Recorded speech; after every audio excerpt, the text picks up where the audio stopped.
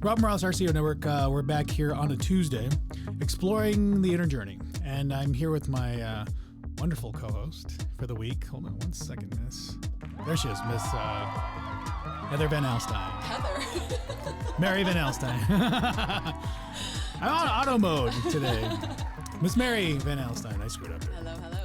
I deserve a, I don't know, whatever lashing you want to give me. A laugh.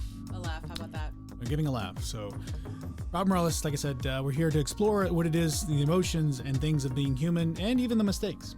And I think as we've come from last week, we did an experiment.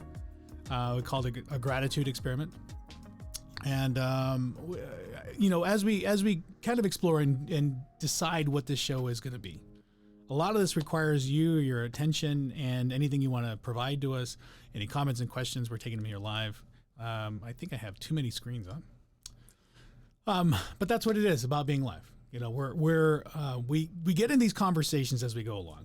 Like as soon as we sit down, we start talking about emotions and everything else, and we start going at it. And what we want to do is be inclusive to people out there, and we want to be able to, share in a space. And we have been sharing in a space for about a week now, where it's just me and Mary talking about just our emotions and where we're at, but mostly about gratitude. So last week was about gratitude. Yes, absolutely. We came from a shitty week last week. Yes, we did. We came from I feel like shit, you feel like shit. Let's try something. Yeah. So we did this experiment, and it really wasn't an experiment. Something you've done before that you mentioned at the last show, and understanding these feelings, understanding what it is to be human is a bit of a challenge because we don't necessarily have a safe space to go to or a person to ask, outside of paying for a counselor. So we're here as your pseudo counselors in life. We're here to answer your questions, or at least discuss what we do. Yes, exactly, and hope that it inspires someone or helps someone in some way. Me and Heather. Yes. My new name. Therapist Heather. Yes. That's your pseudo name now. Okay. That's your pen name. I'll go with it. So so last week we came from a week of feeling like shit, to be frank and fair. There are so many things about this life and what we have to go through is in being human and in this physical presence that sometimes it's just nice to be truthful and raw and be expressive in front of somebody and feel safe. There's so many times I think all of us want to go to a family, a friend, a loved one and say, you know what, I don't feel good today. And really not have them, tend to that or, try to take that on themselves or fix it. It's just, I just want to be heard. Mm-hmm. And that's the one thing I appreciate about Mary, especially this last week to do and to be expressive and say what's on my mind and not be held back in any way. So what experiment did we do this week, Miss Mary? So this week we made a commitment to text each other every single morning of 5 things that we are grateful for. Yes. In that day or the previous day or anything we're grateful for in the moment. So each day we sent each other a text, and it was a beautiful experience to share with you, and I really appreciate that. And one of the things that I really have come to understand in the wanting to get things off my chest is finding those who will hold you to a high standard and they see you greater than you are. And so I have found in the past that when I've gone to spill the beans or unload to someone who maybe is in a lower place, that can actually make it a bigger situation for you because they want to commiserate with you and they want to, make it more intense for you and bring it out more because misery loves company. So I've learned to really be able to follow my intuition and go upward in my complaining, so that well, it wasn't even really complaining. I mean, not complaining, but just sharing, I guess. And so that's one of the things that we've learned is that if you're sharing something that is going on within you, it's seen as a complaint. Why are you complaining? And that's part of what we were talking about there, about denying that human emotion of, hey, this doesn't feel good, and I would like to let it move through. Just watching out who you let it move through too, I think, is an important key in that. Yeah, and so the important thing that I want to share with you guys too is that we sat down, or at least I did, and Mary can share her perspective, and just in a moment or a couple moments, a few minutes, to write down 5 things that you're grateful for, thankful for, or appreciate in that moment. And, it took some thought, and as you're reflecting there, you think about all the things that you could be thankful for. And I think initially is all the things that are going wrong at the time, but you really have to separate yourself from those things and articulate yourself out where you're not being emotional, that you're recognizing those things that are of significance, and you're not just saying things to say things. Because I think that's a natural inclination too. It's like, I want this other person to feel like I'm okay. I think that's always a natural inclination. And we talked about that last week. Like when people walk by you, you're like, hi, how are you doing? Oh, okay. How are you doing? Okay. Oh, okay. Yeah. I'm okay. And just keep going on. Like everything's fine. And you have those moments where you just want to say, you know what, I feel like shit and I don't want to do this today. You know, that's what you really want to say, but you can't. For some reason, there's some sort of social thing there too. But this whole week has been about like sitting down and being able to share a moment, and not about anything, any sexual relation, not about trying to want something from Mary, not wanting to give her something. It's just really in the moment, present, and this is a tangible feeling for me. You know, because I think between men and women, and I think Mary can fill in too, is that natural inclination that the gender, the physical body, you find somebody attractive, you want to have sex with them, whatever. There's that sexual attraction. It was never any of that. And I think when it comes to like men, when you're texting men about feelings, it's like, hey, bro, whatever, man. don't be a wuss or a puss or whatever it is. And I mean, I don't know what it is for women and how they feel about that. Like if you approach another woman, I think other women tend to be nurturing, but sometimes they try to do things or say dismissive things or say bad things like, oh, you don't need him or you don't need to do that. Well, no, I just want to vent, you know? So that was the space for me this week, was I was able to express myself, not necessarily say or do things to elicit a response, because we tend to do that too. It's like, well, it's looking good. Yeah. It's almost like when you give a gift, you kind of expect a thank you, but then that invalidates the whole purpose of a gift. The whole gift is to give without any kind of response or any gratitude back. You just give to give. And that's the true essence of a gift. You know, so I didn't know if that's kind of the same thing you were seeing, Mary, this week. I absolutely experienced the same thing. It to me was a very safe space to be with you and to be able to go deeper. And, you know, I don't know what you experienced, but in the beginning of the week, maybe there was a little bit of, what is he going to think about what I'm putting in my list, you know, and so maybe putting a little bit more topical things at first. And then I noticed that once I really started to sink in a few days in, or maybe even a couple, it didn't take me very long, I was able to go much deeper into, I'm grateful for my bed and my soft sheets, to really profound things about being grateful for just the way that things operate in this world and the gifts that they give me just through that. I think I had mentioned, you know, I'm grateful for a challenge, you know, or grateful for the feeling of tears running down my face because it means a release. And so it felt like a very safe space when we both started exchanging.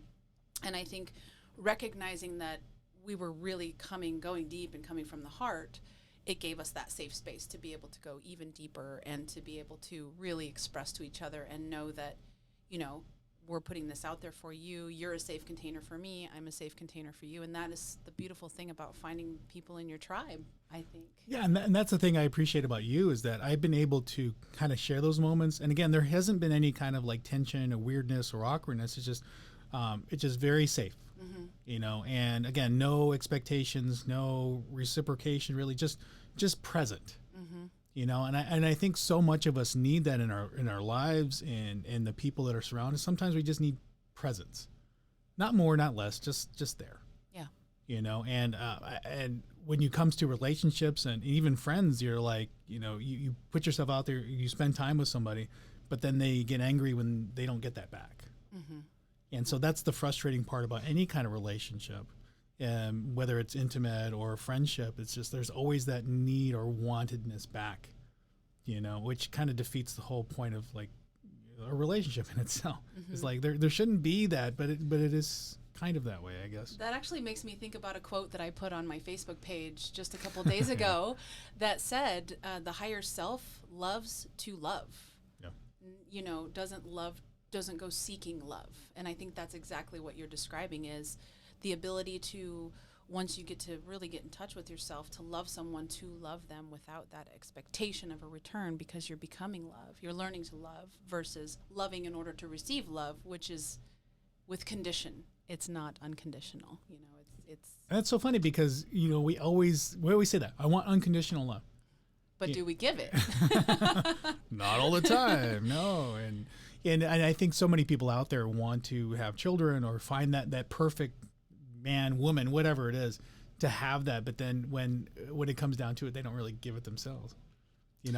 Yeah, it's so true. And it's a natural human condition. We're conditioned to come into this world and seek our own survival, right? And that includes our emotional survival as well. And I think when we start getting deeper into spirituality, which to me only means going inward and learning yourself at a very deep level, then you can transcend to those places of unconditional love, and also not the need to have somebody show you how great you are, or to have somebody complete you in any way, because you're complete. So it's this journey to wholeness that we're all on together, and we're just all in different spaces on that path, and so unconditional love, I think, is where we all really want to be deep inside our inner self, our higher self, whatever you want to call it, our soul, our spirit, whatever it is. It's this deep intrinsic need for unconditional love.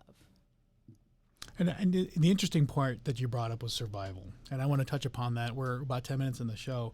If you guys have any comments or questions, if you love what you're seeing, if you want to hear more, go ahead and type those questions in underneath. If you're on YouTube, hit the like button because, you like us and you want to give us support and you want to hear more of our banter, because sometimes it could be helpful, maybe not. Sometimes good things come out.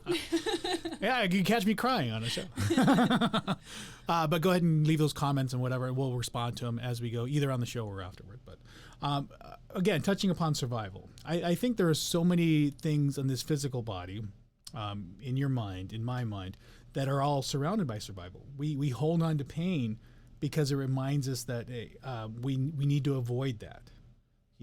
Fear. Fear is totally avoided by practically everybody. we don't embrace fear. We tend to avoid that because fear is connected to pain. Pain is connected to non-survival.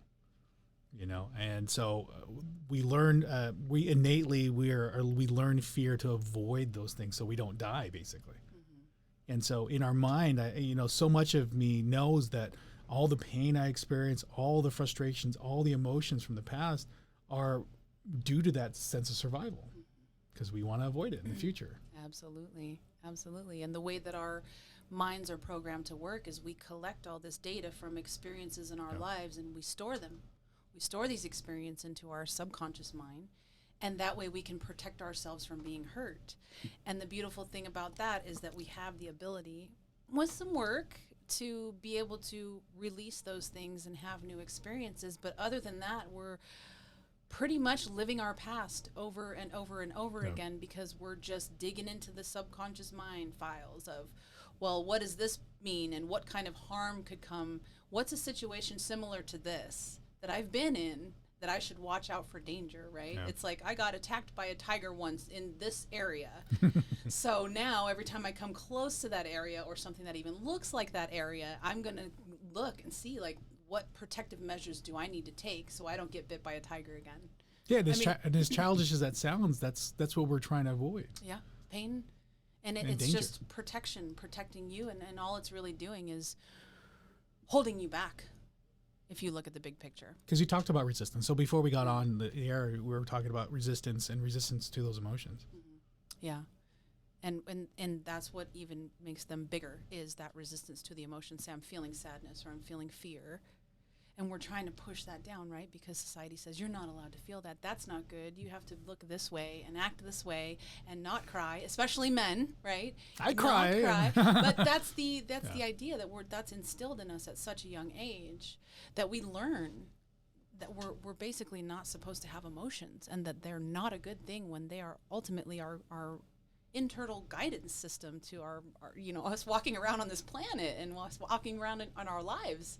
It's that when we learn to listen to them and honor them instead of shove them down and make them wrong. You wouldn't do that to a little kid who was crying, right?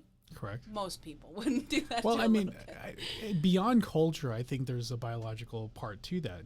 Seeing a man cry, not necessarily in a vulnerable state, but just all out crying really doesn't bode to a female's sense of survival either. You partner with a male typically, or a subordinate partners with a dominant, if you want to go that far, for those genders excluded. Yeah. Subordinate partners with a dominant because they will help them survive. And if they see, innately, if you see that weakness, then if they're weak all the time, and this is where, men screw up in relationships. They overdo it. They don't really, embrace what it is to be that dominant or that man. We in a society, I think we overteach things and to be equal, but there's still a gender innate part of us. There is that sense of survival we can't escape, even though culturally I believe we should all be equal, but we still have those roles to play, which, as you look deeper and as you understand that, you can kind of see that. But in our society today, it's just everything should be equal. Everything should be, a man should be able to cry, but a subordinate doesn't necessarily believe in a dominant if they feel that they're weak, and a subordinate will always challenge dominant that way, it's just unfortunate, but that's the way it is as far as our biology is concerned. Culturally, I believe we should all be equal. We should all have equal say, but we're battling different realms here. We're battling emotions, our sense of spiritualism, and then our physical body too. Yeah, and social, right? Yeah. What's expected socially of us. And I think it all boils down to also the masculine, feminine energies and how they play a role in things. So there's a lot to uncover there, which we'll probably have to touch in on another show. And masculine, feminine doesn't always mean man and woman. It is not. No, I mean the macho is what I like to call the toxic masculinity. It's toxic, and it's what society has taught us is masculine, which is. We're going to unwind that in another episode. and I think true strength for a man is really embracing and understanding both sides. Exactly. Being able to understand that they are allowed to be vulnerable, but they have to embrace and not be weak. I think vulnerable is mistaken as weak in people's eyes. And I used to look at the word vulnerability and get grossed out, because I thought it was a weakness, and what I'm learning is that is the most beautiful thing. Vulnerability is your ability to be real and feel something and not suppress it. Your vulnerability is your ability to relate to other people and have empathy and compassion. So vulnerability is a beautiful thing, and I think it's seen far too often for weak. Those two words interlink too closely. But you don't think that as a culture, as a species, we teach boys not to show their vulnerability because that's their own sense of survival, to be kind of deaf-toned to those emotions because they need to focus on the hunt, basically. If we want to go back to a tiger analysis, like we're out in the wild and we need to go hunt, we can't focus in on emotions because that's not going to help us kill the next kill or find the next prey to bring home. You know what I mean? Does that make sense? It does, and I also believe that suppressing those emotions leads to more tragic events later in their life. Correct, yeah. I mean, in all their relationships, in their work, in their everything, in their own self-destruction, right?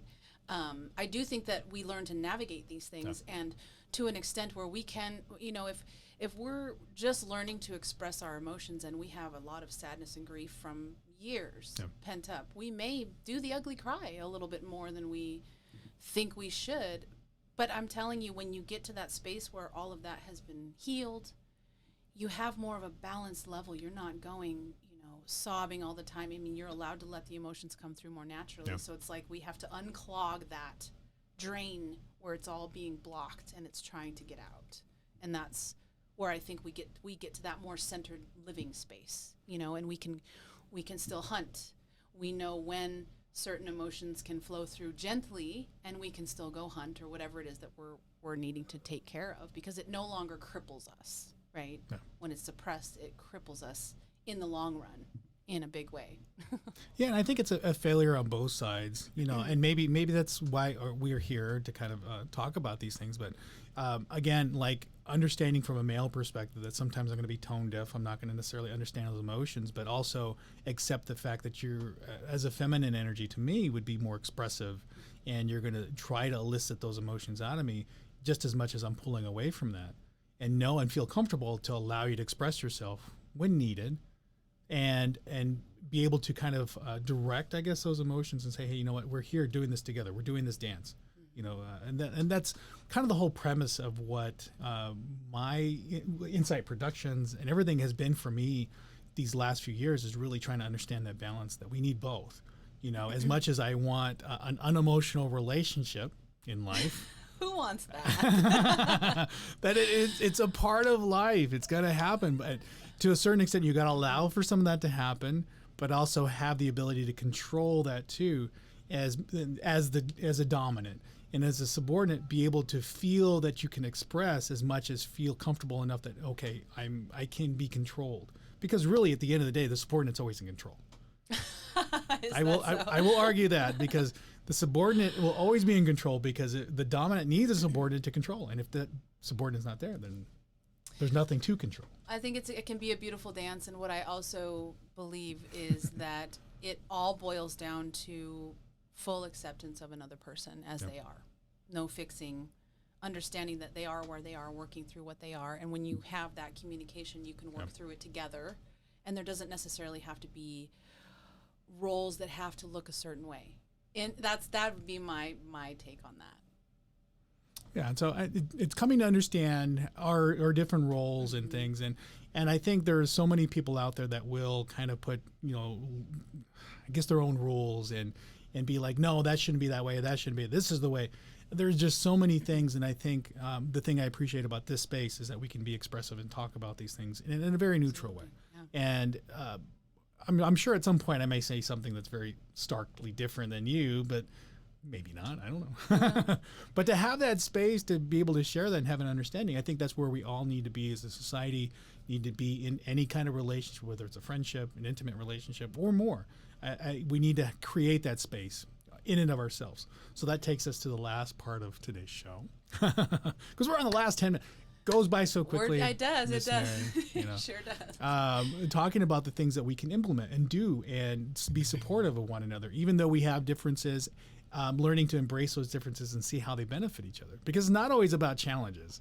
It's not always about negative things. Right. It's about learning those, I guess, those negative aspects, but learning to see the benefits from that and build off of that. Because we focus on way too many of the negatives. Oh, yeah. And the beautiful thing is gaining more perspective gives you a broader perspective. So, it's great to be able to share these things in our different perspectives and then widen our perspectives even together or individually. So it's a beautiful thing to accept others and learn from them. So do you suggest people find an emotional partner? I don't know or expressive partner? I don't know what it would be either.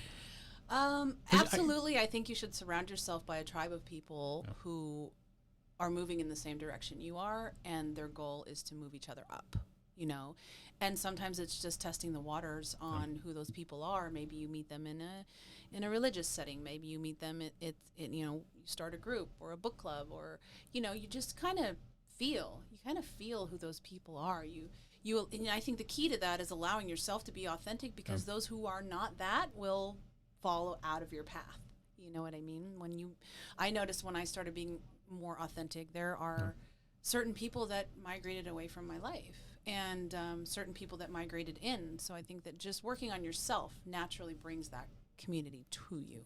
Well, I guess the bigger question for me is, can you have a relationship, no matter what it is? Because I consider you a friend. Mm-hmm. Me too. At the end of the day, I've gone over and over in my own mind trying to define or identify what a friend is, and I've tried to do everything I can in every capacity of life that I can to be what I consider a friend, but I really don't know what that means.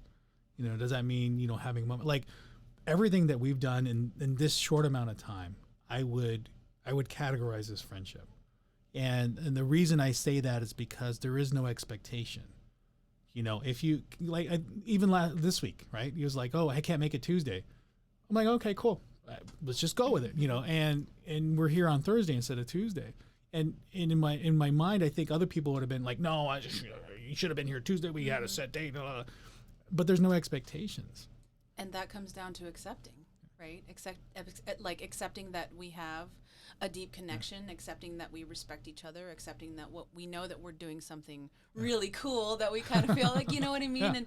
And just really not, and I think that's the beautiful thing about all relationships is if we can just show up and respect and accept the other person without this expectation, imagine how many fights we could avoid. right? Because we haven't had any fights. No, none. But like I said, it's an interesting space, and you came across my path. Because you're in title, I'm in real estate, and we crossed paths that way. But it was never really about that from that very first meeting. No, it was just like, oh, okay, and then we didn't really even talk for. We didn't talk like for a year and a half. It was a little over a year, I remember, because it was right when I was having my surgery, which we'll talk about self-love of the body at some point. Yeah. And we just randomly reconnected. And this is what I'm saying. Work on yourself and your community will come to you. And you reached out to me. I came in here, and I can tell you in the back of my mind there was, well, should I be prospecting? Should I be, what should I expect of this meeting, And then I said, I just breathed, and I said, I'm kind of in this space in my life where I'm just following my gut and going into situations just to really connect with people versus what am I going to get out of it? What's the expectation? And we ended up having like a 2-hour in-depth, really deep conversation that sparked this, right? And so that's the beauty of releasing the expectation of other people and even of yourself. I had these expectations that I should be doing something when we met, and I released those, and this happened. Otherwise, it would not happen. Yeah, and from my side of things, when I was exploring different show ideas, and really, because I come from a place where I want to explore and continue to explore whatever these are, and do it in a very neutral way, do it in a very reflective way, and bring that to people, because I tend to do this with everybody, that I come across, and I don't really get to express myself and my point of view, because so many people come with so much baggage or their own issues that they just unload so much, like they feel relieved. I don't take any of that burden myself, but at least I'm there and present, and we're able to kind of negotiate. And they always feel better when they walk away from me, and to have this space with you, it's like, you're not unloading burdens on me. I'm not unloading burdens on you. And we're able to reflect and have this space. And when I was looking for somebody to kind of explore what this show would be, you're one of the first people that came in mind. Even though we hadn't talked in over a year. So how does that work? Right? And to be frank and honest, like I was going through Facebook, I think one day, and I saw something you'd posted. It was a video, and you were trying to do podcasting and stuff. I'm like, whoa, that's interesting. And then I look on your profile a little bit more, and it's like this wantedness to understand and have balance. Mm-hmm. And I picked that up from her post. I picked that up, from what she was doing, and I'm like, reach out to her. Obviously the universe or whatever's going on pointed me your direction, and now we're here. Yes. Now we're just exploring. Yep. And again, without expectations, and it's been one of the most fruitful relationships that I've ever had. Yes, I agree. And it hasn't even been that long. It's been 3 shows? This is our 3rd one. 3 weeks of hanging out. Yeah, and we're going really deep, and that's the beauty of allowing yourself to really just be yourself. Yeah. And so as we continue this process, we're at the end of the show today, because it just goes by that quick. We're going to be talking about feelings. We're going to be talking about emotions and the things we go through the crap that it is to be a person.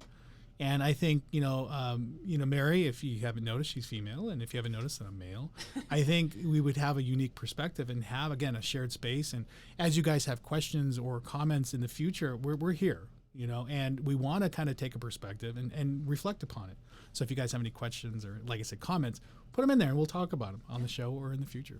Absolutely. So any takeaways, Miss VanAlstyne? Any takeaways? Just love yourself and be gentle. And I would highly recommend the 5 gratitudes a day. Find a partner that will commit to doing it with you. And if not, you can put it in our comments.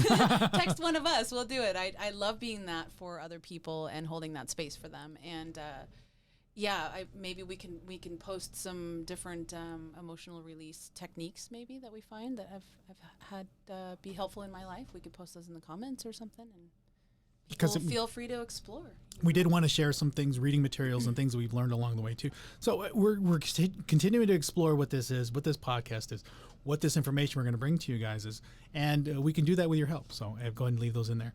Awesome. But as of now, we're coming towards the end, Miss Mary. Miss Heather Mary. Heather Mary. I'll never live that down. Oh, boy, I feel bad. But until next week, I'm Robert Morales, RCO Network, with Miss Mary Heather VanAlstyne. That's her new name. We're coming up with a new name. I love it. We'll see you guys next week. Mahalo.